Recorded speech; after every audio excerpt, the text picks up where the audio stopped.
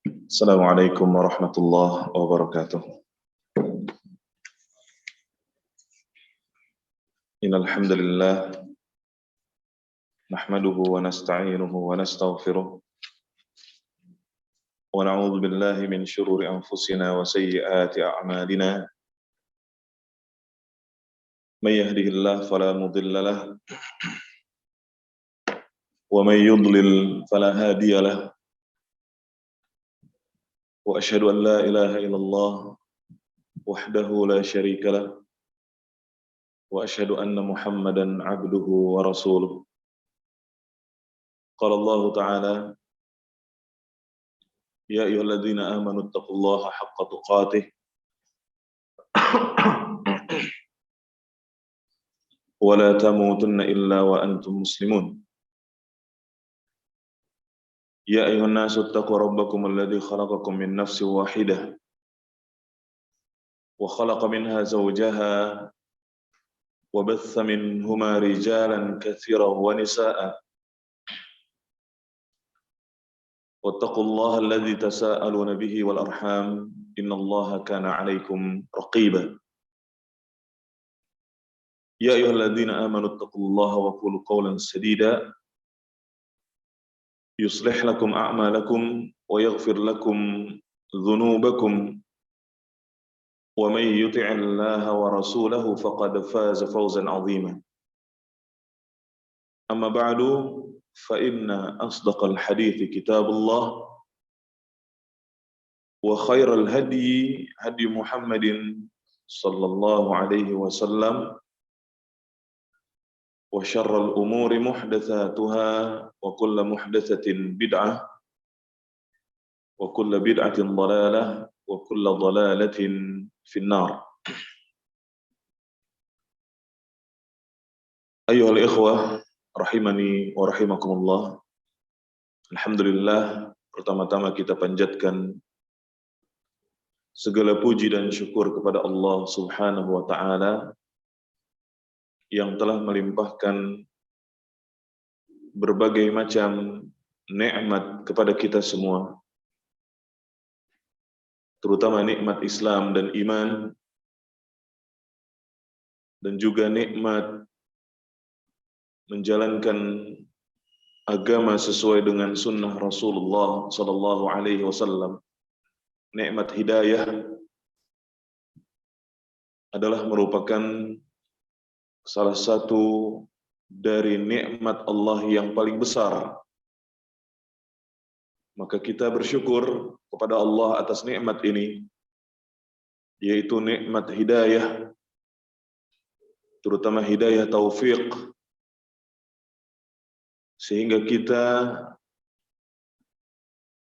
mampu berjalan di atas petunjuk dan agama yang benar. Dan semoga kita adalah orang-orang yang tergolong ke dalam al-jamaah, golongan yang selamat dari umat Islam dengan hidayah yang Allah berikan kepada kita. Maka nikmat ini patut kita syukuri. Tidak banyak dari umat ini yang mendapatkan nikmat hidayah tersebut. Makanya Rasulullah sallallahu alaihi wasallam menyebutkan bahwa mereka itu sedikit. Mereka itu asing di tengah masyarakat yang banyak. Karena umat ini dikabarkan oleh Rasulullah sallallahu alaihi wasallam terpecah kepada 73 golongan. Dan dari 73 golongan cuma satu yang selamat. Semoga kita termasuk dari satu yang selamat itu. Salawat dan salam semoga selalu tercurah dan selalu terlimpahkan kepada suri tauladan kita, Nabi kita yang tercinta, suri tauladan kita Nabi Muhammad sallallahu alaihi wasallam, yang tidak ada nabi dan rasul lagi setelah beliau sallallahu alaihi wasallam, serta semua keluarga beliau yang beriman dan seluruh para sahabat beliau tanpa terkecuali, dan orang-orang yang senantiasa setia mengikuti ajaran beliau sampai hari kiamat nanti. Ayuhal ikhwah rahimakumullah. Di hari ini kembali insyaallah kita akan melanjutkan kajian rutin membahas kitab Al-Kabair yang ditulis oleh Al-Imam Al-Zahabi rahimahullah. Kitab yang berbicara tentang bahayanya dosa-dosa besar yang membinasakan, yang harus diketahui oleh setiap muslim dengan tujuan supaya kita bisa menjauhinya, dengan tujuan supaya kita bisa menghindari perbuatan dosa-dosa besar tersebut. Karena apabila seseorang dia tidak mempelajari tentang dosa, dia tidak tahu apa itu dosa besar dan apa itu dosa kecil, maka bisa jadi orang tersebut terjatuh ke dalam dosa itu. Ya. Maka sangat penting setiap muslim itu selalu mempelajari tentang apa-apa yang diperintahkan oleh Allah dan apa-apa yang dilarang oleh Allah Subhanahu wa taala. Baik ikhwah yang dirahmati oleh Allah, di pertemuan hari ini kita akan membahas dosa besar yang bernomor 43. Penulis rahimahullah, dosa besar ke-43, kata penulis, adalah memutus hubungan kekerabatan atau memutus silaturahmi. Di dalam Islam, Allah Subhanahu wa taala mewajibkan kita untuk menyambung silaturahmi kepada kerabat kita, kepada keluarga kita, kepada sanak famili kita. Sebagaimana penulis rahimahullah membawakan ayat dari Al-Quran, Allah Ta'ala berfirman di surat An-Nisa ayat yang pertama, وَاتَّقُوا الَّذِي تَسَاءَلُونَ بِهِ وَالْأَرْحَامِ, dan bertakwalah kalian kepada Allah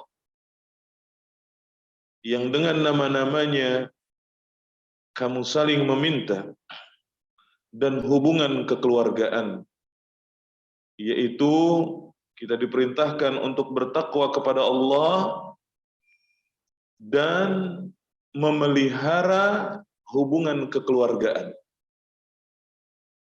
memelihara hubungan kekerabatan. Hal ini tentunya adalah sesuatu yang harus kita perhatikan, karena manusia adalah makhluk sosial yang harus berinteraksi dengan orang lain. Manusia itu tidak bisa dia hidup sendirian, pasti membutuhkan orang lain. Ya, dia membutuhkan adanya keluarga, dia membutuhkan adanya teman, membutuhkan relasi, butuh kenalan, butuh sahabat. Maka manusia adalah makhluk sosial yang nggak mungkin bisa hidup sendirian, ya. Dan kemudian di dalam bersosial tentunya kita harus bersikap ramah dan menjalin serta menjaga hubungan kita dengan orang lain. Dan menjaga hubungan dengan orang lain yang paling penting, yang paling tinggi kedudukannya adalah menjalin dan menjaga hubungan dengan keluarga. Sebelum kita menjalin dan menjaga hubungan kita dengan manusia yang lainnya. Sebelum kita menjalin hubungan dengan teman, dengan relasi, rekan, di dalam bisnis, atau di dalam belajar, dan yang lain semacamnya. Sebelum kita menjaga baik hubungan kepada orang-orang itu, maka yang paling penting, yang paling utama adalah kita menjaga hubungan baik kita, menjalin hubungan baik kita dengan keluarga kita, dengan kerabat kita. Ya. Karena Rasulullah Shallallahu Alaihi Wasallam bersabda di dalam hadis yang dikeluarkan oleh Imam Al-Bukhari, "Man kana yu'minu billahi wal yawmil akhir,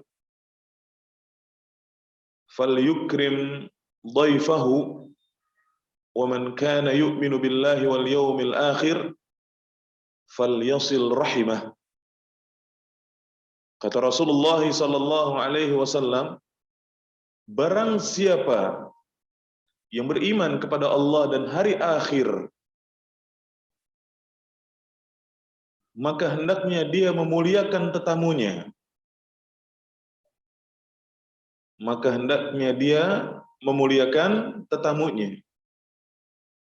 Ini menunjukkan bahwa manusia itu makhluk sosial, di mana dia akan berhubungan dan berinteraksi dengan orang lain, tetamunya. Tamu yang datang ke rumah kita itu siapa saja. Terutama yang sering atau yang paling utama yang datang ke rumah kita adalah keluarga kita. Maka sikap seorang mukmin yang beriman kepada Allah dan hari akhir adalah dia memuliakan orang-orang yang berkunjung bertamu ke rumahnya. Dia hendaknya memuliakan tetamunya dengan cara menjamu tamu-tamunya, memberikan makan, menyediakan minum, bersikap ramah ketika ada orang lain yang datang berkunjung atau bertamu ke rumah kita. Ini sikap yang harus dimiliki oleh orang yang beriman, yaitu memuliakan tetamu. Kemudian kata Rasulullah sallallahu alaihi wasallam, "Wa man kana yu'minu billahi wal yawmil akhir, falyasil rahimah." Dan barang siapa yang beriman kepada Allah dan hari akhir, maka hendaknya dia untuk apa? Menyambung hubungan silaturahminya. Jadi salah satu bukti keimanan seorang mukmin, adalah dia terus berusaha untuk menyambung dan menjalin hubungan silaturahmi kepada keluarga dan kerabat-kerabatnya. Kepada seluruh keluarga dan kerabat-kerabatnya. Oleh karena itu, berdasarkan ayat dan hadis yang barusan kita sebutkan, para ulama mengatakan bahwa hukum menyambung atau menjalin hubungan silaturahmi,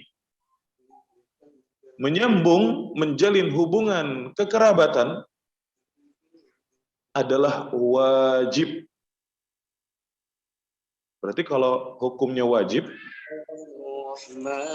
apabila ditinggalkan, apabila disepelekan, tidak dilakukan, tidak dilaksanakan, berarti pelakunya berdosa. Berarti pelakunya berdosa.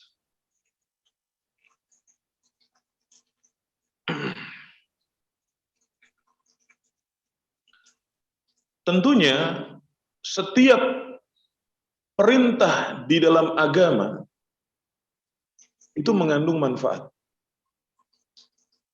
Dan setiap larangan di dalam agama itu mengandung mudarat. Artinya apa yang diperintahkan oleh agama itu mengandung manfaat. Dan apa yang dilarang oleh agama, berarti sesuatu yang dilarang oleh agama itu mengandung mudarat. Dan menyambung silaturahmi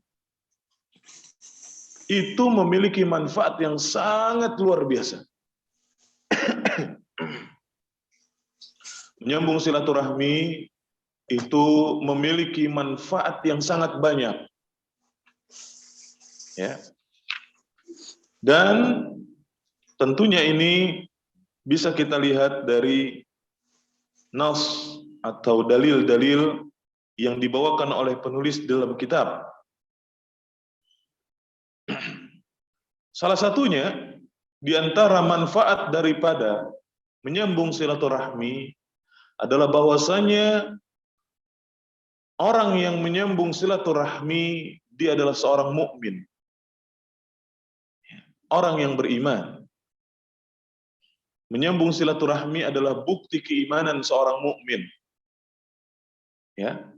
Menyambung silaturahmi adalah bukti keimanan seorang mukmin. Sebagaimana hadis yang disebutkan oleh penulis yang tadi sudah kita bacakan, "Wa man kana yu'minu billahi wal yawmil akhir falyasil rahimah", muttafaqun alaih. Dan barang siapa yang beriman kepada Allah dan hari akhir, maka hendaknya dia menyambung silaturahmi. Ya. Maka hendaknya dia menyambung silaturahmi. Artinya syarat menjadi seorang mukmin, syarat benarnya iman seseorang, ya, syarat benarnya iman seseorang itu adalah salah satunya dibuktikan dengan cara menyambung silaturahmi. Ya. Jadi ini manfaat yang pertama daripada menyambung silaturahmi.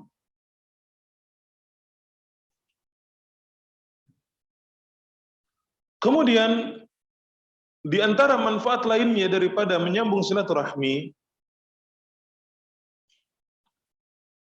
bahwa orang yang menyambung silaturahmi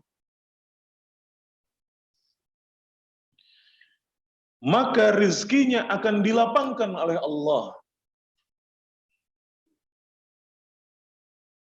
Saya ulang sekali lagi, orang yang menyambung silaturahmi maka niscaya rizkinya akan diluaskan oleh Allah Subhanahu wa ta'ala. Dan umurnya akan dipanjangkan.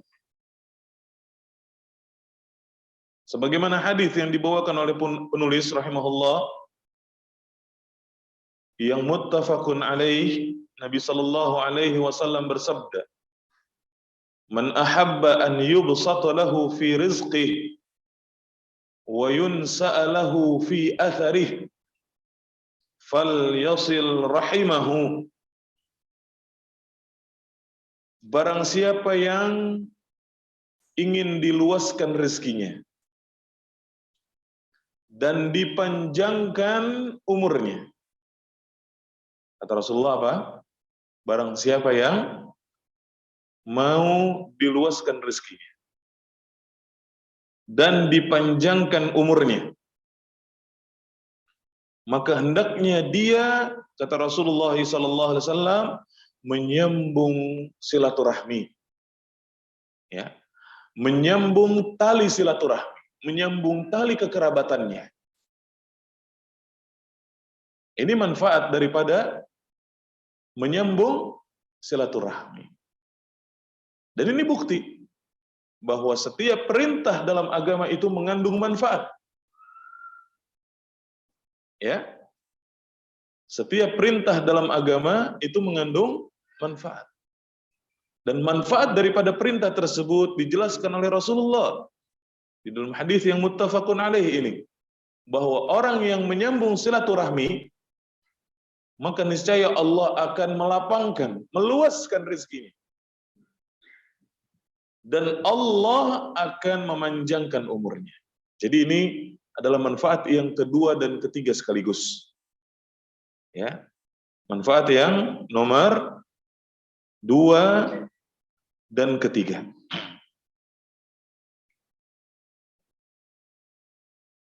Kemudian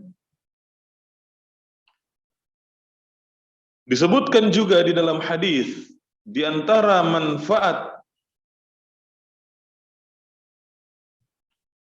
daripada menyambung silaturahmi adalah bahwa orang yang menyambung silaturahmi akan disambung oleh Allah Subhanahu wa taala, akan disambung hubungannya dengan Allah Subhanahu wa taala. Sebagaimana Nabi Shallallahu alaihi wasallam bersabda di dalam hadis-hadis yang dibawakan oleh penulis. Di antaranya Nabi Shallallahu alaihi wasallam bersabda, "Ar-rahimu mu'allaqatun bil 'arsy, taqulu man wasalani wasalahu Allah, wa man qata'ani qata'ahu Allah." Rawahul Bukhari wa Muslim. Rahim itu bergantung atau digantungkan di arsy Allah Subhanahu wa taala. Maka rahim akan berkata, barang siapa yang menyambungkan hubungan denganku, maka Allah akan menyambung hubungan dengannya. Dan barang siapa yang memutuskan hubungan denganku, maka Allah akan memutuskan hubungan dengannya. Berarti orang yang menyambung silaturahmi, maka niscaya dia akan disambung hubungannya dengan Allah Subhanahu wa taala. Allah akan menyambung hubungan Allah dengan hamba tersebut. Ya. Tentunya Allah Subhanahu wa taala menyambung hubungannya dengan hambanya adalah merupakan kebaikan untuk hamba tersebut. Dia akan mendapatkan pertolongan dari Allah Subhanahu wa taala.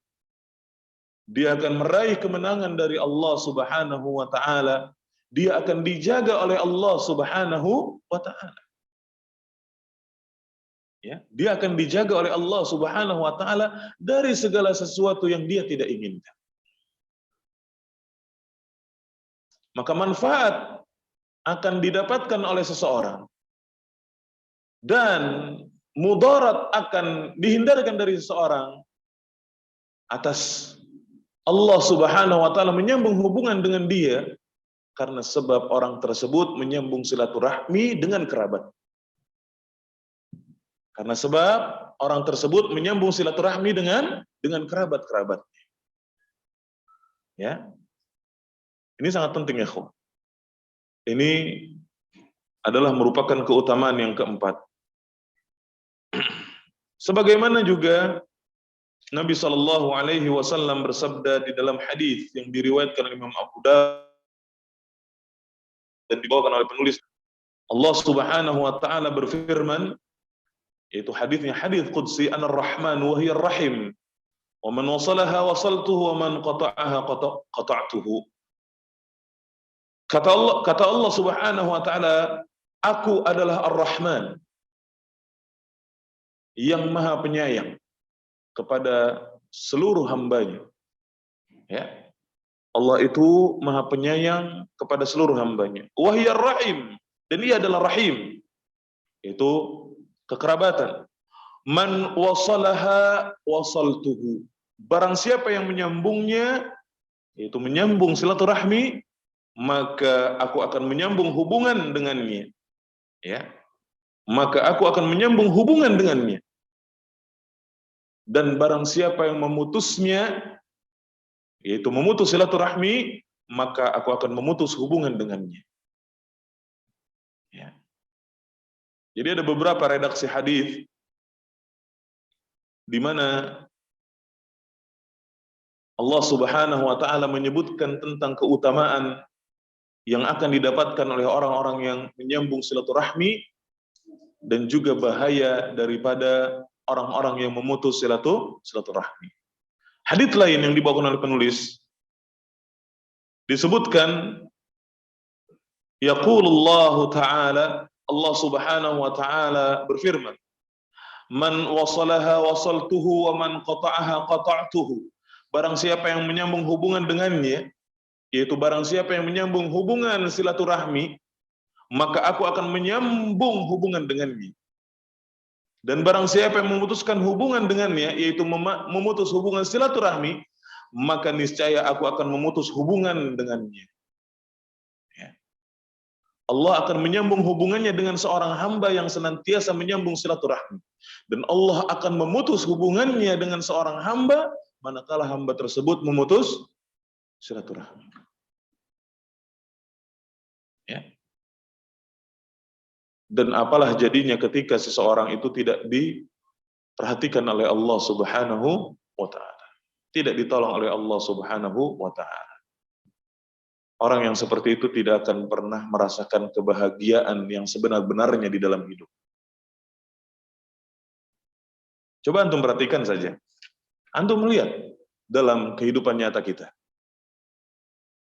Kalau ada orang yang dia memutus hubungan kekerabatan dengan keluarganya, bahagia gak hidupnya? Gak ada orang yang kayak gitu. Contoh misalnya ada seorang anak yang memutus hubungan kekerabatan dengan orang tuanya. Karena silaturahmi itu bertingkat. Dan tingkatan yang paling tinggi di dalam menyambung silaturahmi adalah kepada siapa? Kedua orang tua. Maka dapat dipastikan, seorang anak yang memutus silaturahmi dengan kedua orang tuanya, maka anak itu tidak akan pernah bahagia. Nggak akan pernah ditolong sama Allah. Nggak akan. Nggak akan pernah bahagia. Kalaupun dia merasakan kebahagiaan, saya yakin kebahagiaan yang dia rasakan, yang orang tersebut rasakan cuma kebahagiaan yang menipu. Cuma kebahagiaan yang semu. Yang bias. Bukan kebahagiaan yang hakiki. Dan ini kembali kepada poin yang keberapa tadi? Kedua dan ketiga tadi. Yaitu di antara manfaat daripada menyambung silaturahmi adalah dilapangkan rezeki dan dipanjangkan umur.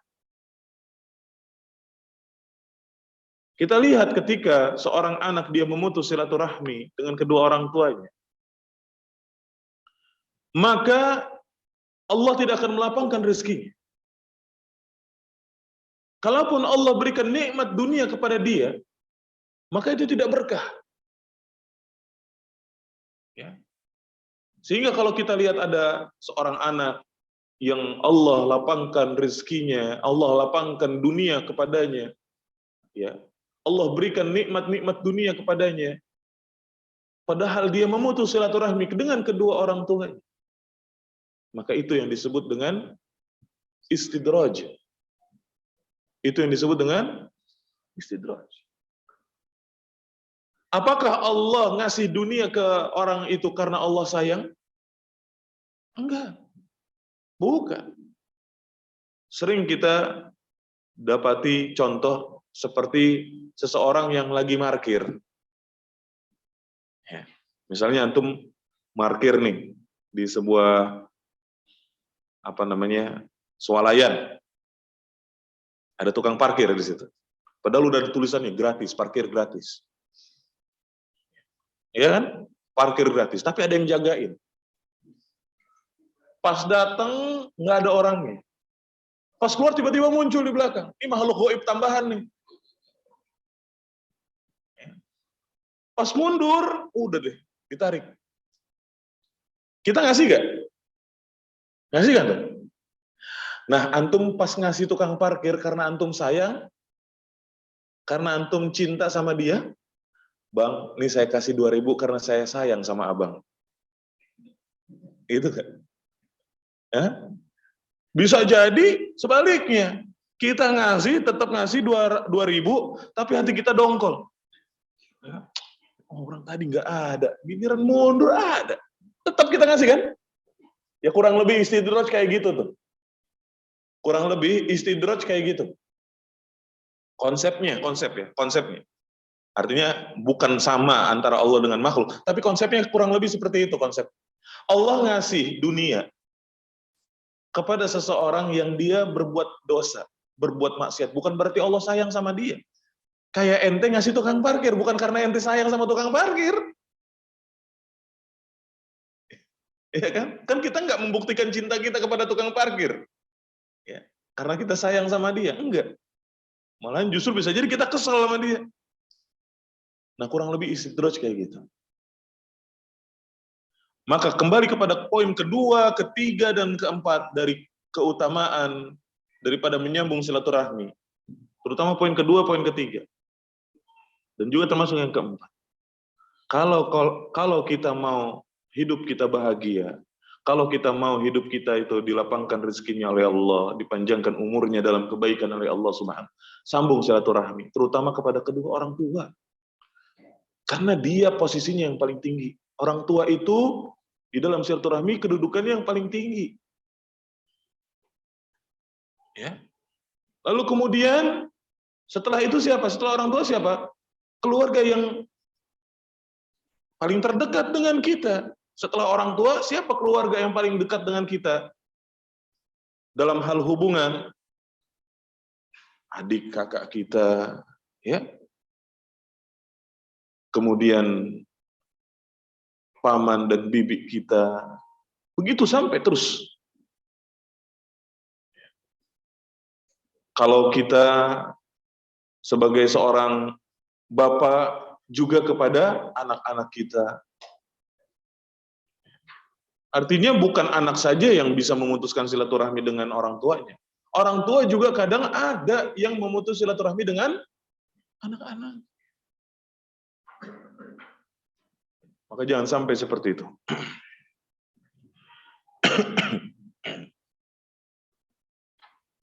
Kemudian di antara keutamaan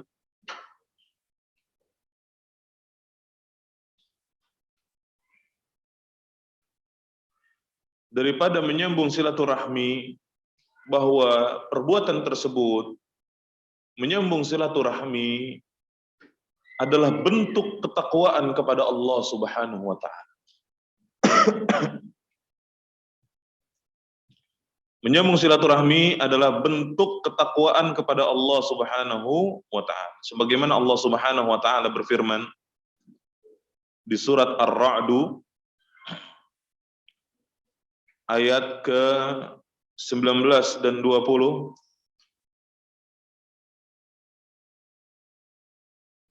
Allah Subhanahu wa taala berfirman,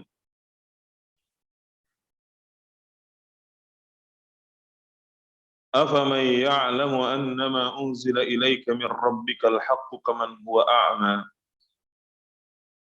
إِنَّمَا يَتَذَكَّرُ أُولُو الْأَلْبَابِ الَّذِينَ يُوفُونَ بِعَهْدِ اللَّهِ وَلَا يَنْقُضُونَ الْمِيثَاقَ. Adakah orang yang mengetahui bahwasanya apa yang diturunkan kepadamu dari Rabb-mu itu benar sama dengan orang yang buta? Hanyalah orang-orang yang berakal saja yang dapat mengambil pelajaran. Orang-orang yang berakal sajalah yang dapat mengambil pelajaran, yaitu orang-orang yang bertakwa kepada Allah. Alladzina yufuna bi'ahdillah. Siapa mereka itu orang-orang yang berakal dan bertakwa kepada Allah? Mereka adalah orang-orang yang senantiasa memenuhi janji Allah Subhanahu wa taala. Ya.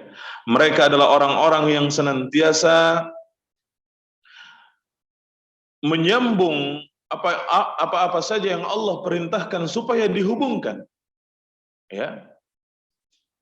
Mereka adalah orang-orang yang senantiasa seperti itu.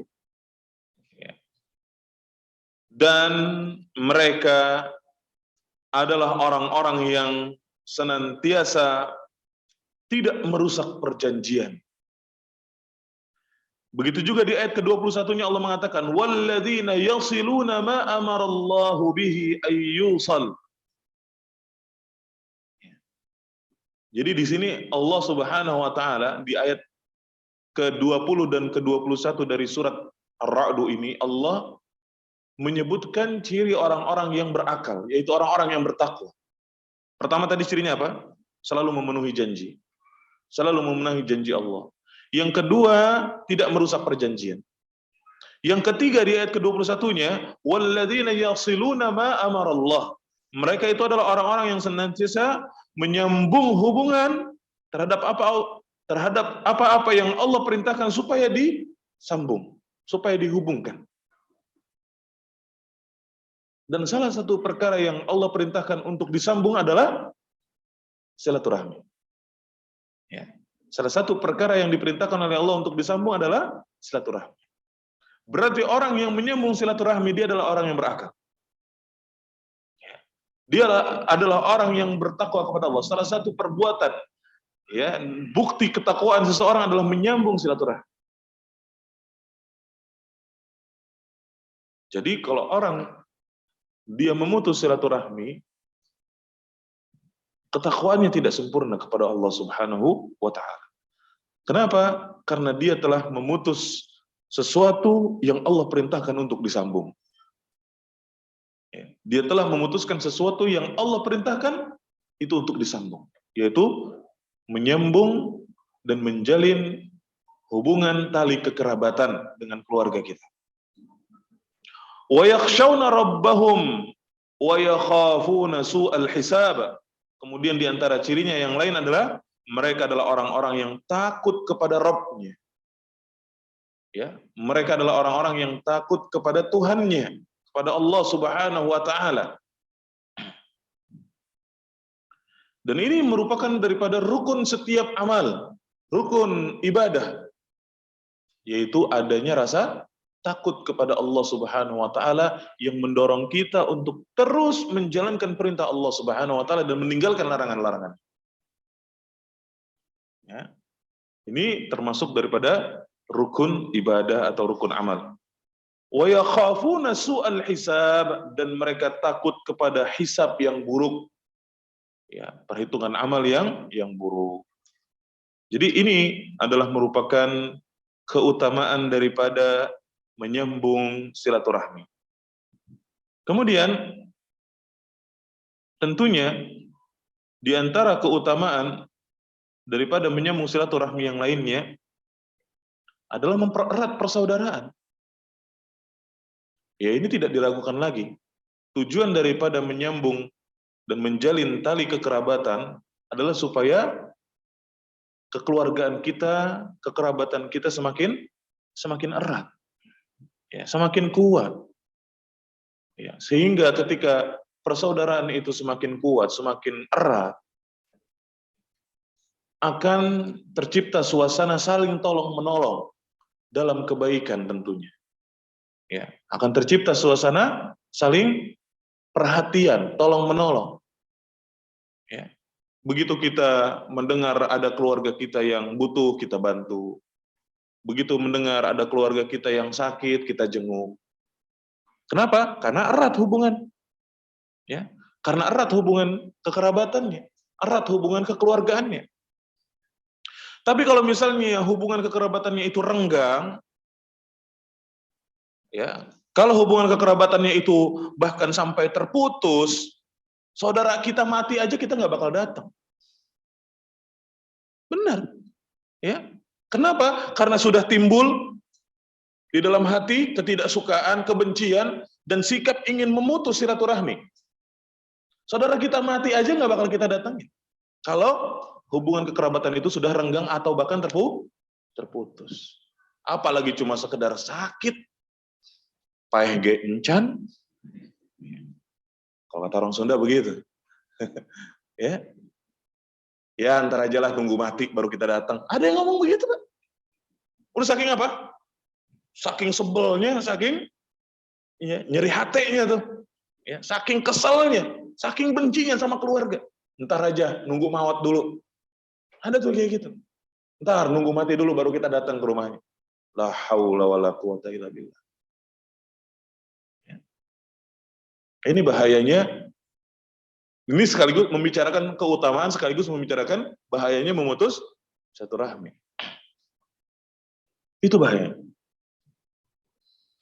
Jadi kalau kita menyambung silaturahmi, hubungan kekeluargaan kita itu akan erat, persaudaraan kita akan erat. Jadi akan tercipta suasana saling perhatian. Oh, ibu saya lagi sakit, segera datang. Oh, ibu saya lagi pengen martabak, langsung dibeliin. Apalagi buat emak, ya, apalagi buat bapak. Anta wa maluka li abik. Dirimu dan hartamu milik bapak. Ya. Apalagi buat orang tua kita. Apalah jadinya kalau ada seorang anak yang memutus silaturahmi dengan orang tuanya. Renggang hubungan dengan orang tuanya. Terputus hubungan dengan orang tua. Lalu kemudian ketika orang tuanya meninggal, baru dia nyesal. Baru dia ya menyesal. Kenapa ya, dulu waktu masih hidup saya nggak perhatian sama ibu saya. Kenapa dulu waktu masih hidup saya nggak perhatian sama bapak saya. Saya merasa saya kurang berbakti kepada bapak saya. Saya merasa saya kurang berbakti kepada ibu saya. Dan ini wakil nyata. Ini nyata. Saya pernah melihat depan mata yang kayak gitu. Pernah melihat depan mata yang kayak gitu, Pak.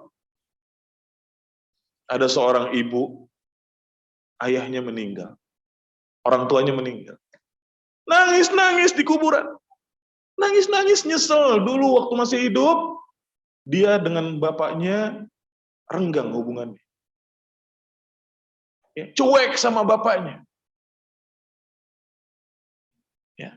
Nggak pernah ngejenguk, nggak pernah datang ngasih hadiah, nggak pernah nyapa. Ketemu aja diem. Ketemu diem. Begitu meninggal, saya ngelihat depan mata, nangis-nangis. Nyesel. Coba kalau udah kayak gitu, gimana? Nggak bisa diperbaikin. Nggak bisa lagi diperbaikin. Yang tersisa cuma apa? Penyesalan. Ya, bahkan dia akan menyesal seumur hidupnya.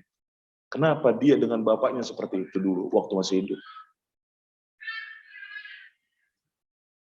Kita sama saudara-saudara kita juga, jangan sampai renggang. Jangan sampai kita memutus hubungan kekerabatan kita. Sama kakak kita, sama adik kita. Jadi kalau mulai sekarang ada di antara kita yang seperti itu, segera perbaiki. Segera perbaiki, karena ini masalah yang nggak sepele. Ini masalah nanti ujungnya surga neraka juga. Ini masalah dosa besar nih.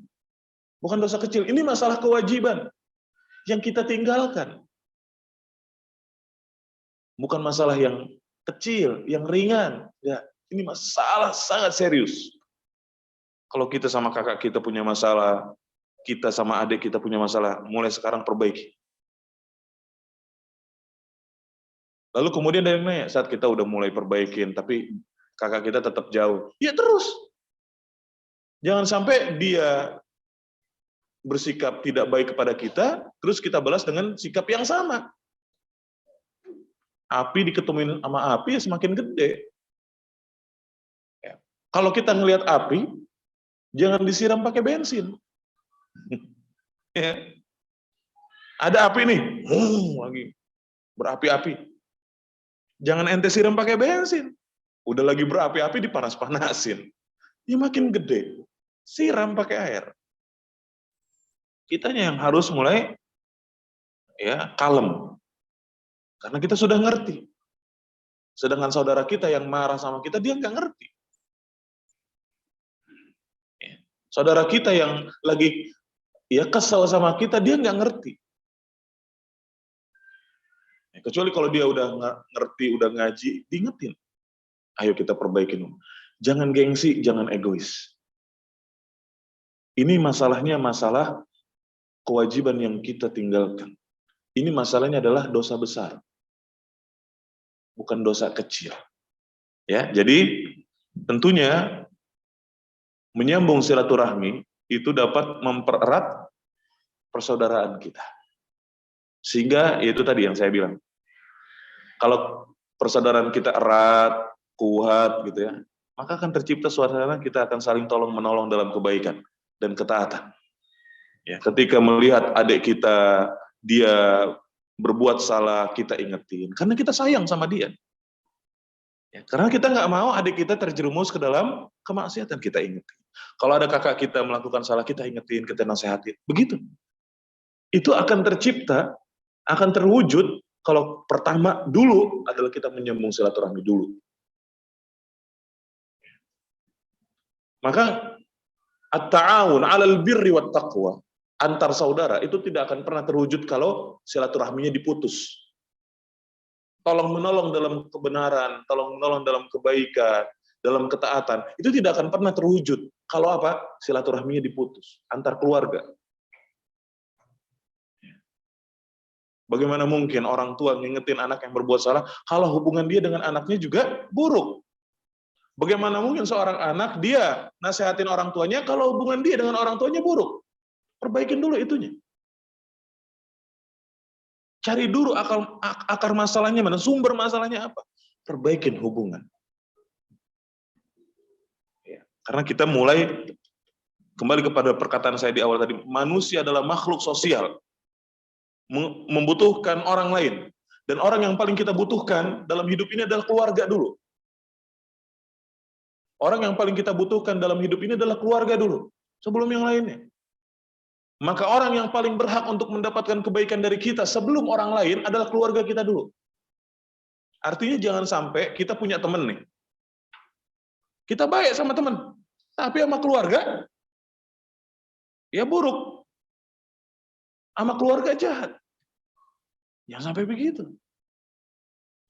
Kita punya rekan di dalam berbisnis, dalam bekerja, selalu sopan, selalu santun ya. Begitu kita datang ke rumahnya, kita bawain hadiah. Tapi boro-boro begitu kita datang ke keluarga kita bawain hadiah. Sebelum ke orang lain, keluarga dulu.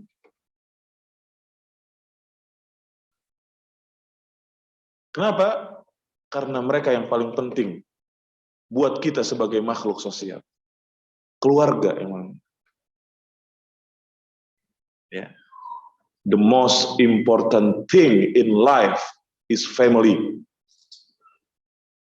Ngerti bahasa Inggris nggak? Ahammu syai', hal yang paling penting dalam hidup kita ya adalah keluarga.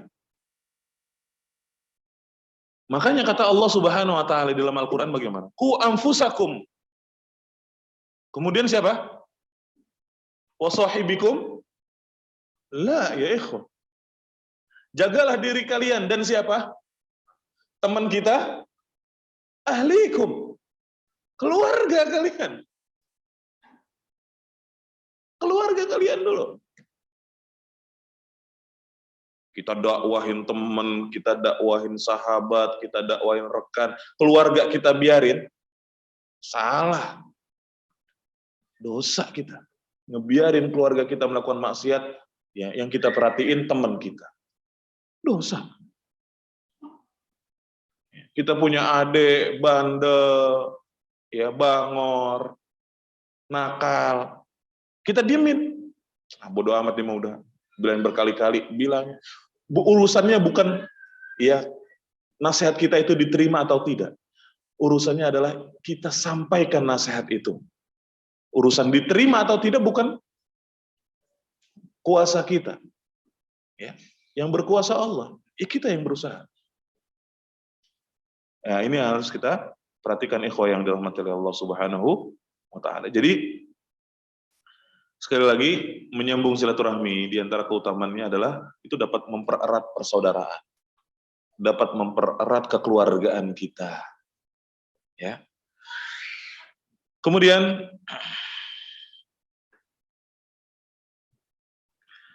tentunya yang keenam, di antara keutamaan menyambung silaturahmi adalah bahwa orang yang menyambung silaturahmi itu bisa menghindari dirinya dari sikap sombong dan egois.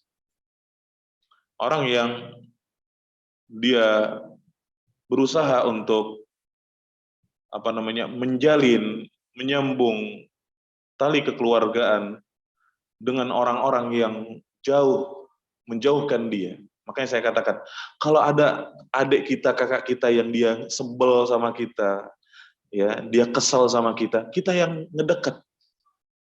Ya, ini untuk melatih apa? Menghilangkan sifat sombong dan egois tadi.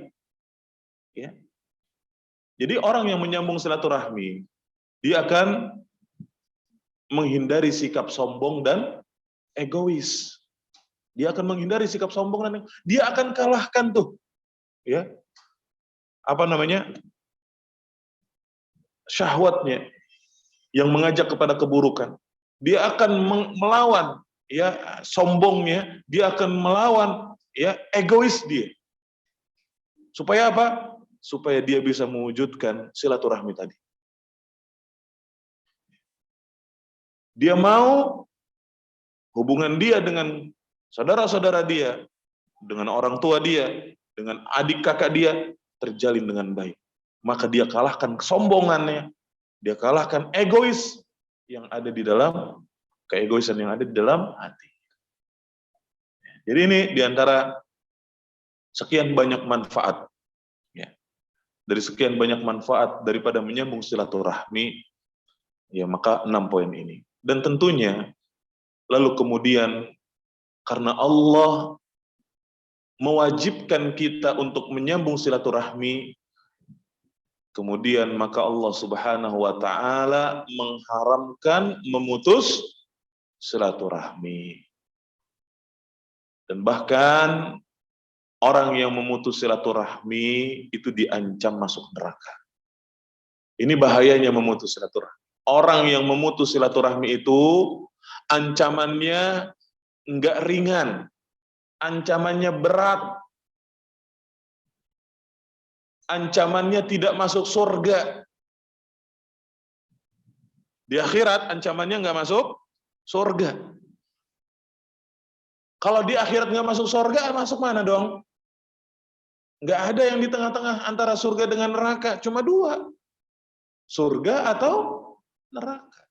Kalau ada disebutkan di dalam hadis, ya, tidak masuk ke dalam surga, berarti masuknya ke dalam neraka. Kalau kita mendapatkan sebuah hadis tentang sebuah perbuatan yang diancam oleh Rasulullah SAW, tidak akan masuk surga, berarti tandanya pelaku dosa tersebut akan masuk ke dalam neraka. Makanya di dalam hadis Rasul mengatakan, "Salatsun la yadkhulunal jannah." Ada 3 golongan manusia yang tidak akan masuk ke dalam surga. Ya, ada 3 golongan manusia yang tidak akan masuk ke dalam surga. Yang pertama siapa? Yang pertama mudminu khamrin. Orang yang kecanduan miras. Orang yang tukang mabok. Ya, suka minum miras, minum minuman keras. Wa qati'u rahmin. Yang kedua siapa? Orang yang memutus silaturahmi. Maka diancam tidak masuk surga, kata Rasulullah SAW. Salatsun la yadkhulunal jannah. Ada 3 golongan manusia yang tidak akan masuk ke dalam surga. Yaitu orang yang kecanduan miras, yang kedua orang yang memutus silaturahmi, dan yang ketiga wa musaddiqun bis-sihr. Orang yang percaya atau orang yang melakukan perbuatan sihir. Ini hadisnya ada di dosa besar keberapa ya yang tentang sihir ya? Ada. Hadisnya ada di sini. Yang berbicara tentang khamar dan sihir. Ya, silakan dicari sendiri deh. 3 golongan yang diancam tidak masuk surga. Artinya akan masuk ke dalam neraka. Bagaimana penjelasannya? Yang pertama, 3 orang ini tidak akan masuk surga dan akan masuk ke dalam neraka. Tidak akan, berarti bisa jadi orang tersebut akan masuk selama-lamanya ke dalam neraka. Bisa jadi orang tersebut tidak akan masuk surga selama-lamanya. Ya. Apabila orang tersebut menghalalkan 3 perbuatan yang tadi diancam dalam hadis. Ya, kalau dia menghalalkan khamar, khamar itu halal. Berarti dia telah menentang hukum Allah. Maka berhak baginya untuk berada di neraka. Memutus silaturahmi itu halal, boleh. Sihir itu boleh. Orang yang menghalalkan apa yang Allah larang, ya, maka bisa jadi dengan anggapan dan dia menganggap perbuatan itu halal, maka bisa jadi dia tidak akan pernah masuk ke dalam surga. Karena menghalalkan sesuatu yang haram. Sebagaimana seseorang meninggalkan sesuatu yang wajib. Seperti orang yang meninggalkan sholat. Ya. Dan mengatakan sholat itu tidak wajib. Ya. Orang yang mengatakan sholat itu tidak wajib, maka dia akan masuk ke dalam neraka. Dia dihukumi sebagai kafir. Apabila mati dalam keadaan demikian, maka dia akan selama-lamanya di neraka. Ya. Apabila demikian, maka orang tersebut akan selama-lamanya tinggal di neraka. Ya, di akhirat nanti. Yang kedua, penafsirannya adalah orang yang melakukan 3 perkara yang dilarang ini, kecanduan miras, memutus silaturahmi, dan melakukan sihir, diancam tidak masuk neraka, ya, sebelum dosanya dibersihkan terlebih dahulu oleh Allah Subhanahu wa taala di neraka. Baru kemudian dia akan masuk ke dalam surga. Selama dia tidak menghalalkan perbuatan-perbuatan yang dilarang tersebut. Karena perbuatan-perbuatan itu termasuk dosa besar. Berarti orang yang menghalalkan dosa besar. Orang yang menghalalkan dosa besar. Maka dia diancam akan berada di neraka kekal selama-lamanya. Ya, ini hati-hati. Para ikhwah yang dirahmati oleh Allah Subhanahu wa taala. Karena menyambung silaturahmi adalah sesuatu yang diwajibkan oleh Allah, maka memutus silaturahmi adalah sesuatu yang diharamkan oleh Allah Subhanahu wa taala. Sebagaimana hadis yang dibawakan oleh penulis juga, Rasulullah sallallahu alaihi wasallam bersabda, "La yadkhulul jannata qati'u rahmin," atau qati'u rahimin. Tidak akan masuk surga orang yang memutuskan hubungan silaturahmi, kekerabatan. Ya, tidak akan masuk surga orang yang memutuskan hubungan kekerabatan. Lihat di kitab, bagi yang membawa kitab.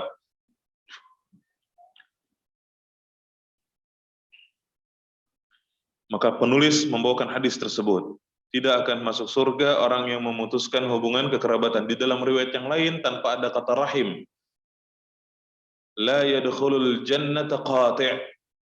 Tidak akan masuk ke dalam surga orang yang memutus, yakni qati'ur rahimin, yaitu orang yang memutus silaturahmi, tidak akan masuk surga. Dan penjelasannya sebagaimana yang tadi kita sampaikan, ada 2. Ketika orang tersebut menghalalkan, maka dia tidak akan masuk surga selama-lamanya. Tapi kalau dia memutus silaturahmi tanpa adanya keyakinan bahwa itu halal, maka dia akan tidak akan masuk surga sebelum dosanya dibersihkan oleh Allah Subhanahu wa taala di dalam api neraka. Na'udzubillahi min dzalik. Begitu juga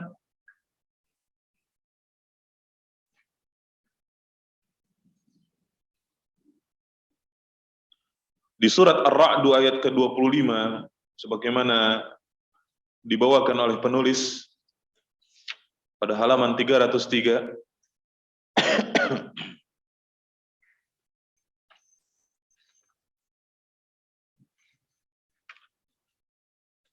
Allah Subhanahu wa taala berfirman, "Walladzina yanquduna 'ahdallahi min ba'di mitsaqih wa yaqta'una ma amara Allahu bihi an yusala wa yufsiduna fil ard, ulaika lahumul la'natu wa lahum su'ud dar." Surat Ar-Ra'd ayat 25. Dan orang-orang yang melanggar janji Allah setelah diikrarkannya. Janji manusia kepada Allah yaitu adalah beribadah kepada Allah Subhanahu wa taala dan tidak menyekutukannya dengan apapun. Ya, janji hamba kepada Allah adalah beribadah hanya kepada Allah dan tidak menyekutukan Allah dengan apapun. Maka orang yang dia tidak beribadah kepada Allah di masa hidupnya dan dia menyekutukan Allah dengan yang lain di masa hidupnya, berarti dia telah melanggar janjinya dengan Allah Subhanahu wa taala. Wa yaqta'una ma amara Allahu bih ayyusal wa yaqta'una ma amara Allahu bihi ayyusal, dan memutuskan apa yang diperintahkan Allah supaya disambung. Memutuskan sesuatu yang diperintahkan oleh Allah supaya disambung. Allah menyuruh sesuatu disambung, tapi kemudian diputus oleh seorang hamba. Ya, jadi di sini ada berapa kesalahan yang Allah sebutkan? Yang pertama tadi, alladzina yanquduna ahdallahi min ba'di mitsaqih. Orang-orang yang melanggar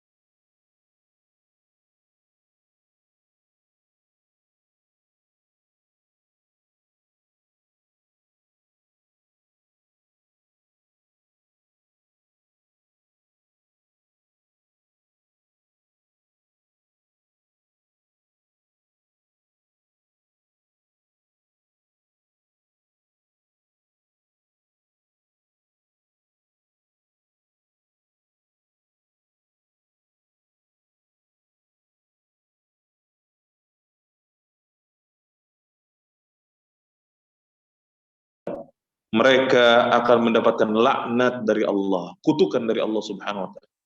Walahum su'ud dar, dan buat mereka tempat kembali yang buruk. Di akhirat nanti mereka akan mendapatkan tempat kembali yang paling buruk, yaitu apa? Neraka jahanam. Ya.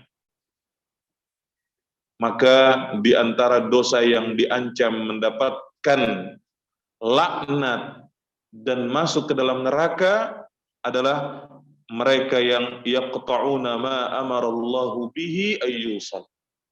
Orang-orang yang memutus sesuatu yang Allah perintahkan untuk disambung. Salah satunya apa? Silaturahmi. Ini ringan atau berat? Berat, Pak.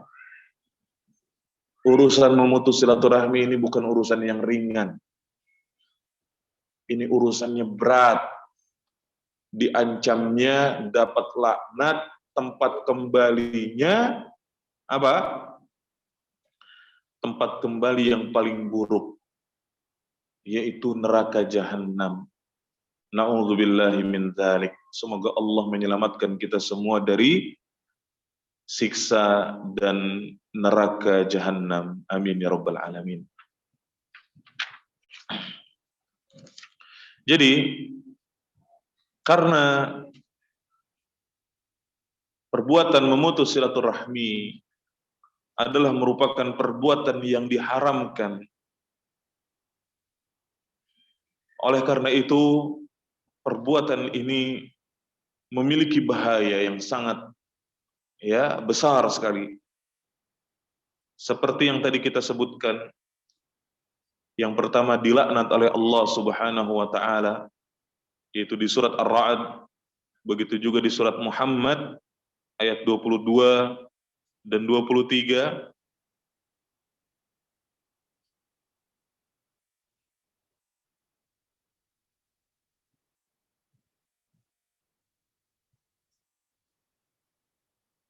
Surat Muhammad ayat 22 dan 22 dan 23, Allah Subhanahu wa taala mengatakan, "Fahal 'asaitum in tawallaitum an tufsidu fil ardi wa tuqatti'u arhamakum ulaika alladziina la'anahumullah fa asammahum wa a'ma absarahum." Kata Allah Subhanahu wa taala, yaitu di surat Muhammad, seperti yang dijelaskan oleh Syekh Muhammad ibn Shalih Al-Utsaimin rahimahullah, maka apakah sekiranya kamu berkuasa, kamu akan berbuat kerusakan di atas muka bumi dan memutuskan hubungan kekeluargaan? Orang ketika sudah tinggi di dunia ini, sudah berkuasa di atas muka bumi ini, apakah dia akan berbuat kerusakan dan memutus hubungan kekeluargaan? Dan inilah yang banyak dilakukan oleh orang-orang yang memutus silaturahmi, yaitu saat mereka sudah berkuasa, sudah memiliki jabatan yang tinggi, jabatan yang strategis dari urusan-urusan dunia, maka kemudian akibatnya, lalu kemudian mereka akan terfitnah dengan jabatan tersebut, kalau tidak bertakwa kepada Allah Subhanahu wa taala. Dan salah satu kerusakan yang biasa dilakukan oleh penguasa yang tidak bertakwa kepada Allah adalah membuat kerusakan di atas muka bumi ini dan memutus silaturahmi. Dan memutus silaturahmi. Maka kemudian kata Allah Subhanahu wa taala, ulaika lahumul la'nah. Mereka itu ulaika alladzina la'anahumullah. Mereka itulah orang-orang yang dilaknat oleh Allah Subhanahu wa taala, fa asammahum wa a'ma absarahum. Dan Allah buat tuli pendengaran mereka dan dibutakan penglihatan mereka. Yang dibuat tuli dari pendengaran mereka adalah pendengaran hati mereka, dan penglihatan yang dibutakan oleh Allah adalah penglihatan hati mereka, sehingga mereka sulit untuk menerima kebenaran. Bukan mata kepalanya yang tuli, bukan mata kepalanya yang buta, bukan telinga kepalanya yang tuli, bukan, tetapi mata hatinya yang buta, pendengaran hatinya yang dibisukan oleh Allah atau yang ditulikan oleh Allah Subhanahu wa taala, sehingga mereka tidak bisa menerima kebenaran. Mereka tidak mau melihat kepada kebenaran. Mereka selalu berada dalam kebatilan. Mereka selalu berada dalam kebatilan. Hal ini sesuai dengan apa yang ditafsirkan oleh Syekh Muhammad ibn Shalih Al-Utsaimin rahimahullah. Bukan matanya yang buta, bukan telinganya yang tuli, tapi hatinya. Mereka sulit menerima kebenaran. Ketika dinasihatin nggak mau dengerin. Ketika ditegakkan hujah nggak mau terima. Ketika disampaikan dalil ditolak. Ini terjadi. Ini terjadi di mana-mana. Itu orang yang sudah berkuasa, mereka akan melakukan kerusakan di atas muka bumi dan memutus silaturahmi. Jadi ini diantara bahayanya memutus silaturahmi, ikhwah yang dirahmati. Yaitu dilaknat oleh Allah Subhanahu wa taala. Kemudian orang yang memutus silaturahmi tentunya dia akan dijauhkan dari surga. Sebagaimana tadi di dalam hadis yang sudah kita sebutkan, la yadkhulunal jannah, tidak akan masuk ke dalam surga. Ya, qati', orang yang memutus. Itu qati'ur rahimin, orang yang memutus silaturahim. Kemudian di antara bahaya memutus silaturahmi yang berikutnya adalah orang yang memutus silaturahmi, dia akan jauh dari kebaikan. Dia tidak akan pernah mendapatkan kebaikan. Sebagaimana tadi sudah kita sebutkan bahwa Rasulullah SAW bersabda, orang yang ingin dilapangkan rezekinya dan dipanjangkan umurnya, maka caranya adalah dengan menyambung silaturahmi. Dia akan mendapatkan kebaikan. Sedangkan orang yang memutus silaturahmi, dia tidak akan mendapatkan kebaikan-kebaikan tersebut. Wallahu a'lam bishawab. Iya, saya kira inilah materi tentang dosa memutus tali kekerabatan yang bisa kita bahas pada kesempatan hari ini.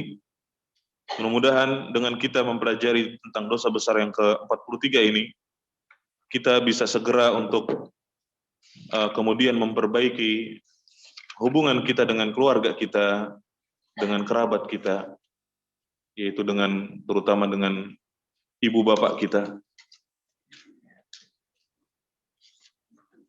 agar supaya kemudian Allah Subhanahu wa taala meridhoi kita dan memberikan kebaikan kepada kita semua. Dan kalaupun mereka memberikan respon yang tidak mengenakan hati, jangan sampai kemudian kita ya sikapi dengan respon yang sama. Akan tetapi hendaknya kita tetap ya terus berusaha untuk menyambung silaturahmi tersebut. Dan menyambung silaturahmi yang benar adalah sesuai dengan kebaikan yang dikembalikan hal itu kepada kebiasaan di sekitar kita. Bisa dengan membawa hadiah, bisa dengan menjaga ucapan dan perbuatan, ya, atau dengan hanya sekedar bertanya kabar, lalu kemudian mengucapkan salam kepada mereka, sebagaimana yang Rasulullah SAW sabdakan di dalam hadis, silu arhamakum walau bisalam, sambunglah silaturahmi kalian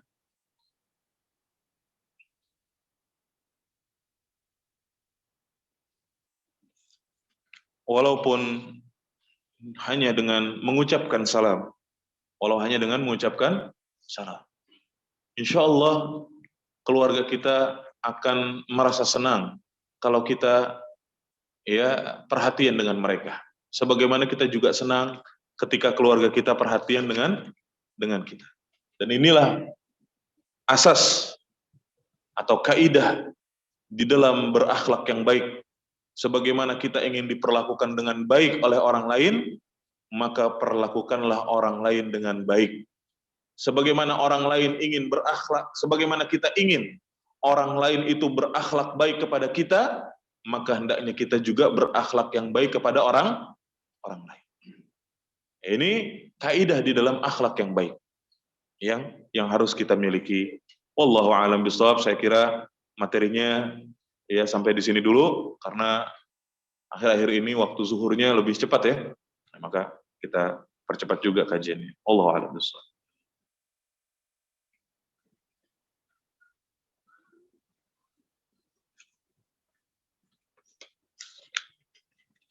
Assalamualaikum warahmatullahi wabarakatuh. Waalaikumsalam warahmatullahi wabarakatuh. Ini bukan pertanyaan kayaknya.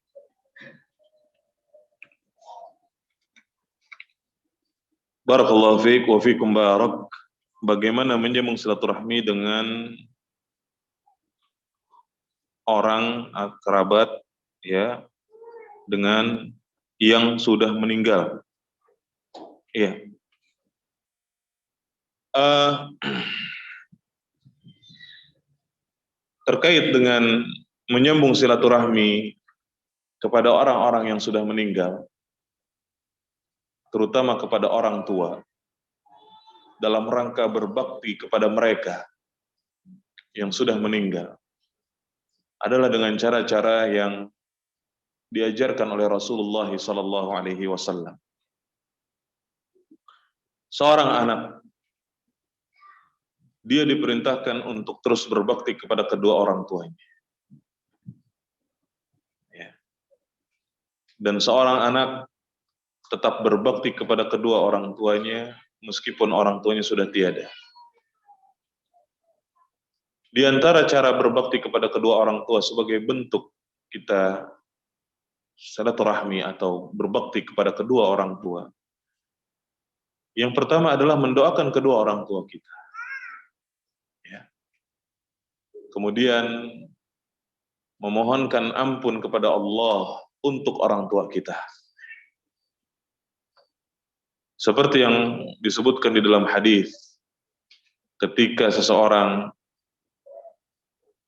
di akhirat nanti mendapatkan derajat yang tinggi dari Allah Subhanahu wa taala, lalu kemudian orang ini berkata, "Anna li hadza?" Dari mana aku mendapatkan ini? Padahal dia mengira bahwa amalan-amalan yang dia lakukan selama hidup di dunia itu biasa-biasa saja. Perbuatan-perbuatan yang dia lakukan itu tidak seistimewa dengan balasan yang dia dapatkan. Lalu kemudian Allah Subhanahu wa taala berkata kepada orang ini, "Bistighfari waladika, karena sebab permohonan ampun anakmu kepadamu atau untukmu." Ya. Karena sebab permohonan ampun anakmu untuk. Maka kemudian Allah Subhanahu wa taala memberikan derajat yang tinggi kepada orang tersebut. Karena sebab kebaikan yang dilakukan oleh anaknya. Ya. Jadi tentunya ini adalah cara berbakti kepada kedua orang tua yang sudah meninggal. Yaitu kita berdoa kepada Allah Subhanahu wa taala untuk kebaikan orang tua kita. Kita berdoa kepada Allah supaya Allah kemudian mengampuni dosa-dosa orang tua kita. Kita berdoa kepada Allah supaya Allah melapangkan kubur orang tua kita. Ya. Dan doa-doa yang baik buat orang tua kita yang sudah meninggal. Ini cara berbaktinya seorang anak kepada kedua orang tuanya yang sudah meninggal. Lalu kemudian memohonkan ampun kepada Allah untuk kedua orang tuanya.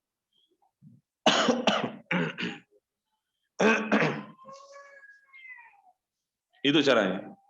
Lalu kemudian ya hendaknya dia menyambung hubungan dengan orang-orang yang menjadi kerabat dan teman-teman baik kedua orang tuanya. Ya, kalau kita tahu bapak kita, ibu kita punya teman baik, ya, yang mengisi kehidupannya, kita tetap jaga hubungan itu. Kita tetap jaga hubungan tersebut. Atau bisa juga cara berbakti kita kepada kedua orang tua yang sudah meninggal adalah dengan bersedekah, berinfak di jalan Allah atas nama orang tua kita. Ya. Lalu kemudian, apakah selain orang tua kita tetap menyambung silaturahmi? Silaturahmi kita sambung adalah semasa mereka hidup. Adapun ketika mereka sudah meninggal dunia, ya, maka yang kita lakukan adalah berdoa kepada Allah Subhanahu wa taala untuk kebaikan kerabat kita, saudara-saudara kita. Ya, tidak lagi seperti menyambung silaturahmi ya semasa mereka hidup. Kecuali terkhusus untuk kedua orang tua kita. Kecuali terkhusus untuk kedua orang tua kita yang kita sebagai anak diperintahkan untuk berbakti kepada kedua orang tua kita meskipun mereka sudah meninggal dunia. Dengan syarat apa yang kita lakukan itu akan bermanfaat untuk kedua orang tua kita. Dengan syarat kalau kita adalah atau kalau kita menjadi anak yang saleh dan salehah. Ya, kalau kita menjadi anak yang saleh dan salehah. Doa anak akan bermanfaat akan bermanfaat untuk orang tuanya ketika doa tersebut dipanjatkan dari anak yang soleh dan soleh. Karena dalam hadis Rasulullah Sallallahu Alaihi Wasallam bersabda, "Idza matal insan inqata'a amaluhu illa min thalath." Ketika seorang manusia meninggal dunia maka terputuslah seluruh amalnya kecuali 3. Di antara dari 3 yang tidak terputus itu adalah waladun salih yad'ulah. Anak yang saleh yang berdoa untuknya. Ya. Anak yang saleh yang berdoa untuk kedua orang tua. Maka kalau kita sebagai anak, supaya doa kita bermanfaat untuk kedua orang tua kita yang sudah meninggal dunia, hendaknya kita berusaha untuk menjadi anak yang saleh. Supaya doa kita bermanfaat untuk kedua orang tua kita yang sudah meninggal. Dan kalau kita sebagai orang tua, maka siapkan anak kita menjadi anak-anak yang saleh dan salehah. Ya, siapkan anak kita untuk menjadi anak yang saleh dan salehah. Maka sebelum kita ingin anak kita saleh dan salehah, kita sebagai orang tua harus menjadi orang tua yang saleh dan salehah terlebih dahulu. Ya. Karena yang namanya bayangan itu ikutin bendanya. Ya, yang namanya bayangan itu ngikutin bendanya. Tidak akan mungkin bayangan lurus kalau bendanya bengkok. Tidak akan mungkin. Tidak akan mungkin bayangan itu lurus kalau bendanya bengkok. Kalau bendanya bengkok, bayangannya juga ikut bengkok. Kalau bayangannya lurus, maka kalau bendanya lurus, maka bayangannya juga lurus.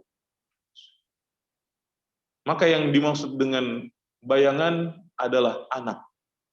Karena anak itu melihat, mencontoh, meniru kedua orang tuanya. Makanya salah satu di antara kesalahan orang tua adalah mengatakan sesuatu kepada anak yang tidak sesuai dengan perbuatannya. Salah satu kesalahan orang tua di dalam pendidikan adalah mengatakan sesuatu kepada anaknya yang tidak sesuai dengan perbuatannya. Anak disuruh jangan bohong, tapi orang tuanya bohong. Kamu jangan bohong, bohong itu nggak baik, tapi giliran ada tamu datang ke rumahnya bilangin bapak lagi nggak di rumah, padahal lagi tidur. Ya. Ayo makan, ayo tidur. Kalau nggak tidur nanti didatangin kuntilanak. Ayo. Bohongin anak. Padahal anaknya disuruh jangan bohong. Gimana? Kabura maqtan 'indallahi an taqulu ma la taf'alun. Sangat besar kebencian dan kemurkaan Allah kepada orang-orang yang omdo. Yang cuma ngomong doang, kerja kagak.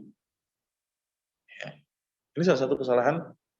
Maka tidak akan pernah, bayangan itu tidak akan pernah lurus kalau bendanya bengkok. Yang dimaksud bayangan di sini adalah anak, karena anak mencontoh, melihat kedua orang tuanya, dan yang dimaksud dengan benda di sini adalah kedua orang tuanya.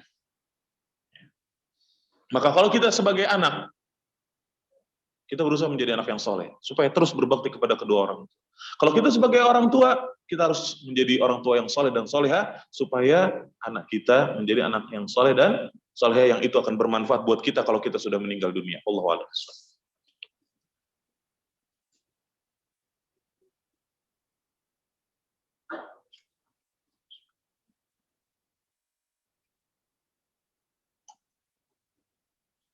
Assalamualaikum warahmatullahi wabarakatuh. Bapak saya memutus silaturahmi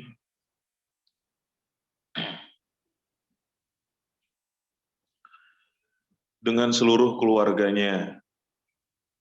Bahkan kami sebagai anak-anaknya tidak kenal akrab dengan keluarga dari bapak kami. Berarti mungkin bapaknya ini sudah punya keluarga lain ya. Bagaimana cara menasehatinya?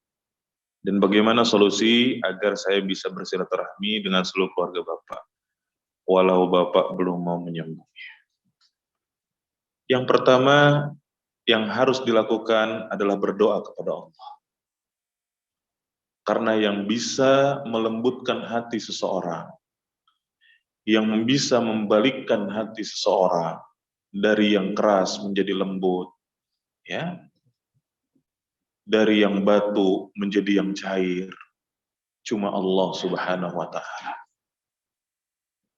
Ya. Dan kembali kepada jawaban saya yang pertama tadi, jadi anak yang soleh dulu, jadi anak yang soleha, supaya doanya diterima sama Allah, dikabulkan oleh Allah Subhanahu wa Ta'ala. Jadi yang pertama yang harus dilakukan oleh si penanya adalah ya berdoa kepada Allah Subhanahu wa Ta'ala. Apalagi berdoa buat orang tua. Minta sama Allah supaya Allah membalikan hati bapaknya. Ya. Supaya Allah Subhanahu wa Ta'ala melembutkan hati bapak. Dan doa memiliki kekuatan yang sangat besar dibandingkan dengan usaha-usaha lain. Doa memiliki kekuatan yang sangat besar dibandingkan dengan usaha-usaha yang lain. Maka sebelum kita berusaha dengan usaha-usaha yang lainnya, doa dulu. Ya. Berdoa kepada Allah Subhanahu wa Ta'ala untuk orang tua kita. Minta kepada Allah supaya hatinya dilembutkan. Ya. Minta kepada Allah supaya hatinya dibalikan. Ya. Itu dulu. Yang kedua, menasehati kedua orang tua itu tidak sama seperti kita menasehati anak kita. Menasehati orang tua itu tidak sama seperti kita menasehati teman kita. Menasehati kakak kita, menasehati adik kita, enggak sama. Orang tua itu cenderung memiliki perasaan ya tidak mau seperti digurui oleh anaknya. Benar apa benar, Pak? Begitu kan? Ya. Kalau ada anak ngebilangin kita, maka kita nggak pengen anak kita ngebilangin dengan cara seperti dia menggurui kita. Itu sesuatu yang wajar. Karena dia adalah orang tua. Maka kita deketin orang tua dengan cara sikap kita. Dengan perilaku kita. Kita berdakwah dengan sikap kita, dengan perilaku kita. Bahkan kata sebagian ulama, hendaknya sikapmu, hendaknya perbuatanmu ya lebih memberikan dampak daripada ucapanmu. Hendaknya perbuatanmu, sikapmu lebih memberikan dampak daripada ucapan. Dan berdakwah itu bukan hanya dengan lisan, berdakwah juga dengan sikap. Seperti misalnya kita berdakwah kepada orang kafir. Orang kafir nggak ngerti Al-Quran. Orang kafir itu nggak ngerti hadis. Yang orang kafir lihat apa? Akhlak kita. Sikap kita. Maka kita dakwahkan Islam ini kepada orang-orang kafir dengan cara berakhlak yang baik. Supaya mereka tahu, oh ternyata Islam itu begini sikapnya. Oh ternyata orang Islam itu nggak jorok. Padahal kenyataannya yang paling jorok orang Islam. Udah dibilangin dilarang buang sampah di sini. Bahkan didoain yang buang sampah di sini mudah-mudahan cepat mati. Ya kan? Sekarang tuh banyak tuh tempat-tempat pembuangan sampah yang di pinggir-pinggir jalan dikasih doa. Yang buang sampah di sini mudah-mudahan ya rezekinya mampat. Apaan kayak gitu. Tapi tetap aja buang sampah di situ. Bodoh amat. Ya. Dan yang paling banyak melakukan itu siapa? Orang Islam. Ya. Coba antum bandingkan negara-negara yang bersih dengan negara-negara yang kotor. Kebanyakan negara-negara yang kotor, negara-negara yang siapa? Padahal Islam boleh nggak? Nggak bolehin kita jorok nggak? Enggak. Orang kafir baca Quran, baca hadis nggak? Enggak. Tapi ngelihat bagaimana sikap. Mereka nggak baca Al-Quran, mereka nggak baca hadis, mereka nggak ngerti itu. Karena mereka nggak beriman. Tapi yang mereka lihat adalah sikap kita, perbuatan kita. Maka kita tampakkan, kita tunjukkan, kita wujudkan ya Al-Qur'an dan hadis dalam perilaku kita. Bukankah Rasulullah SAW akhlaknya itu Al-Qur'an? Kata Aisyah apa? Kana khuluquhu Al-Qur'an. Rasulullah itu akhlaknya Al-Qur'an. Orang kafir melihat itu. Ya, sehingga mereka akan tertarik, terdakwahi, ya tersampaikan dakwah kita dengan sikap kita. Nah, begitu juga kepada orang tua. Bukan berarti orang tua kita kafir ya, bukan. Artinya metode yang sama. Ya. Uslub yang sama yang kita wujudkan di dalam berdakwah kepada kedua orang tua kita. Mereka tidak akan mudah untuk menerima nasihat dari anaknya, tidak akan pernah mudah. Orang tua manapun tidak akan pernah mudah untuk menerima nasihat dari anaknya. Kenapa? Karena orang tua merasa di atas anaknya. Ya, tidak mau disalahin sama anaknya. Maka dakwah dengan sikap. Jangan sampai antum nasihatin ini nggak boleh, ini nggak, itu nggak boleh, tapi sikap antum kepada orang tua jelek. Hubungan antum dengan orang tua jelek. Jangan sampai. Sikap dulu. Ya. Bertanya apa kabar Pak, saya kangen sama Bapak, ketemuan yuk Pak, ya. Pak saya boleh gak main ke rumah Bapak, main, boleh, 5 menit ya, bawain hadiah, Pak Bapak butuh apa Pak, ya.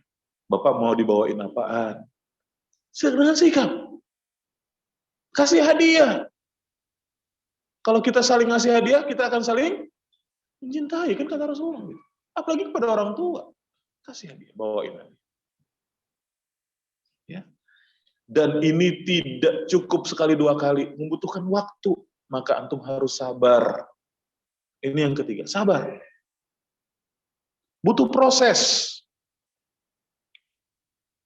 Rasulullah SAW menjadikan Makkah negeri yang bertauhid, apakah dalam sekejap mata? Hah? La ya ikhwah, proses. Ya. Proses itu apa kata istilah orang ini? Proses itu tidak mengkhianati hasil. Ya kan? Proses. Berdakwah itu proses. Dan yang menjadikan hati orang lain menerima dakwah kita itu siapa? Allah. Jadi kita kembali lagi kepada Allah, balik lagi kepada Allah. Sabar, proses. Ya, dengan sikap. Kalau antum udah dekat sama orang tua, minimal dia mau menerima kunjungan antum, baru tuh pelan-pelan. Jangan serta-merta kita langsung straight to the point, langsung ke intinya. Pak, memutus silaturahmi itu haram. Bapak kalau memutus silaturahmi nanti bisa masuk neraka, Pak. Mana ada orang tua yang mau dengerin anaknya begitu? Gak bakal ada. Proses. Ya, sabar. Ya. Wallahu a'lam bishawab. Mudah-mudahan bermanfaat.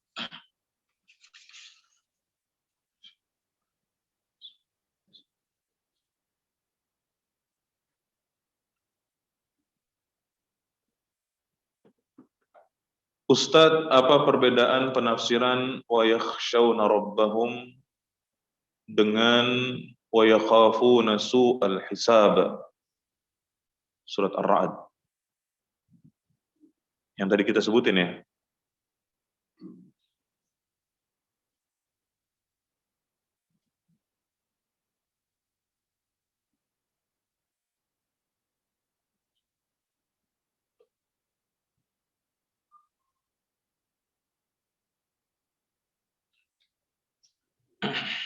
Al-khasyah dengan al-khawf itu memiliki perbedaan, tapi memiliki macam-macam yang sama. Kalau antum mau merujuk tentang perbedaan antara al-khawf dengan al-khasyah, antum bisa mengkaji, melihat kepada kitab Al-Usul Tsalatsa atau Tsalatsatul Usul dan syarahnya yang dijelaskan oleh Syekh Muhammad ibn Shalih Al-Utsaimin rahimahullah. Karena di antara bentuk ibadah kepada Allah, yaitu ibadah hati, adalah al-khauf dan al-khasyah. Perbedaan yang paling mendasar dari al-khauf dan al-khasyah. Al-khasyah itu adalah rasa takut yang dibangun di atas pengetahuan, ilmu. Ya.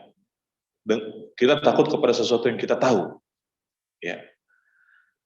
Sedangkan al-khauf itu adalah rasa takut yang dibangun atau yang ada, ya, bukan karena sesuatu yang kita ketahui.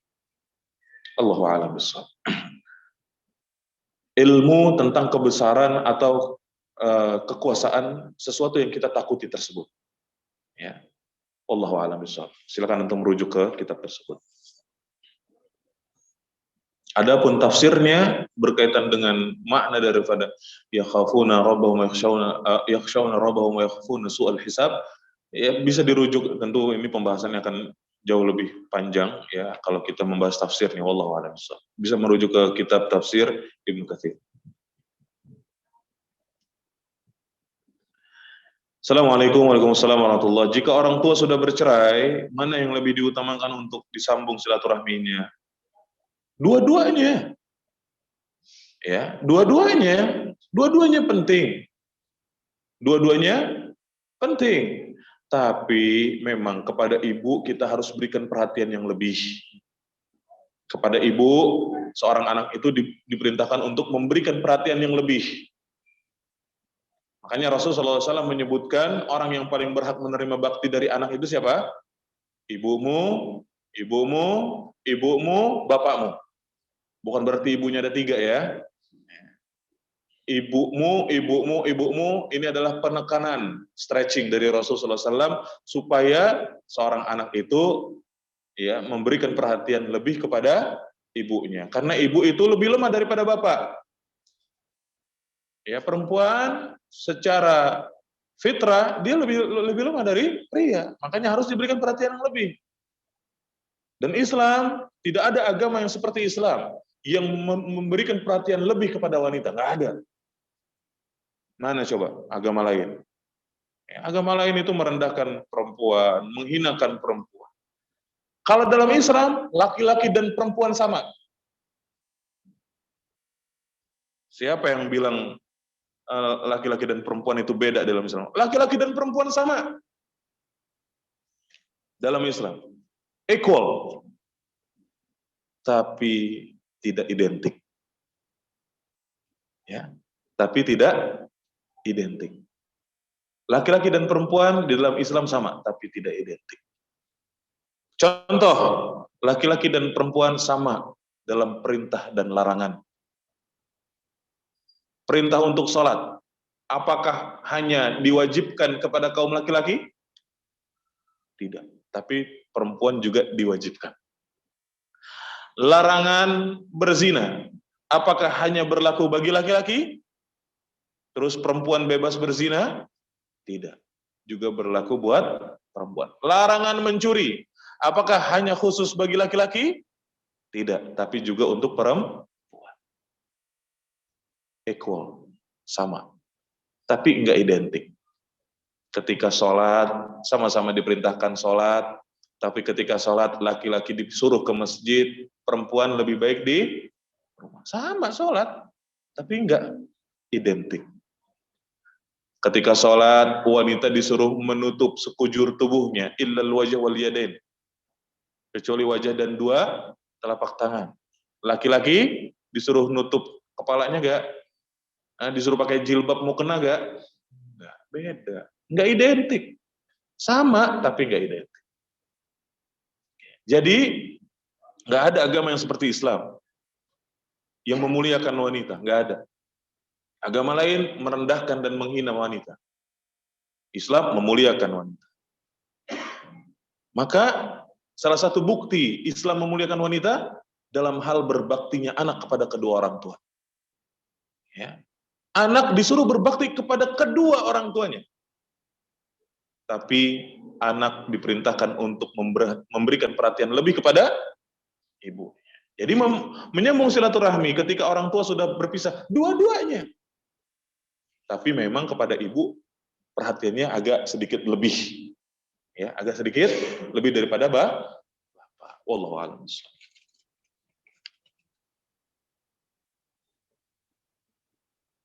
Assalamualaikum warahmatullahi wabarakatuh. Saya mau bertanya, karena seringnya terjadi perselisihan antar saudara, saya memilih untuk tidak berinteraksi agar terhindar dari perselisihan itu untuk menjaga hati masing-masing. Kalau pilihannya tidak berinteraksi, totalitas, sampai nggak menyapa, nggak bertegur sapa, ya, nggak ngobrol, nggak lain semacam, sampai total, ini namanya memutus silaturahmi. Ya, nggak boleh. Ini kembali kepada materi yang tadi disampaikan. Kalau saudara kita ini berbuat buruk kepada kita jangan balas dengan keburukan. Itu. Ini kaidahnya berakhlak yang baik. Makanya menyambung silaturahmi ini melatih kita untuk meninggalkan kesombongan dan egois. Itu. Kalau sampai total, jangan. Tapi kalau ketika terjadi perselisihan, antum menghindar, iya. Setelah berusaha untuk melerai perselisihan tersebut. Tapi tetap disambung silaturahmi. Jangan di total kita putus. Nggak berhubungan sama sekali. Ini namanya putus silaturahmi. Nggak benar. Wallahu a'lam.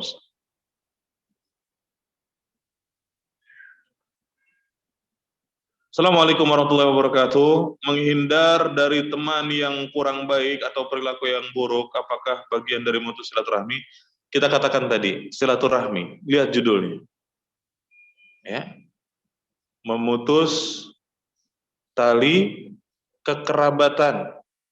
Berarti yang namanya silaturahmi itu adalah kepada kerabat, keluarga. Ini yang antum anggap teman, keluarga bukan. Kalau yang antum anggap teman ini keluarga, ya memutus silaturahmi. Tapi kalau dia ya orang lain bapak, lain ibu, orang lain, teman antum, teman sekolah, teman kuliah, teman kerja, ya, teman di lingkungan, ya enggak, namanya bukan memutus silaturahmi. Bahkan terkadang kita memberikan hajar kepada orang lain yang berakhlak buruk, kita jauhkan dia, supaya dia bisa kembali, ya, kepada jalan yang benar, ya. Allahu a'lam. Bahkan kita dilarang untuk berteman dengan teman-teman yang buruk. Allahu a'lam.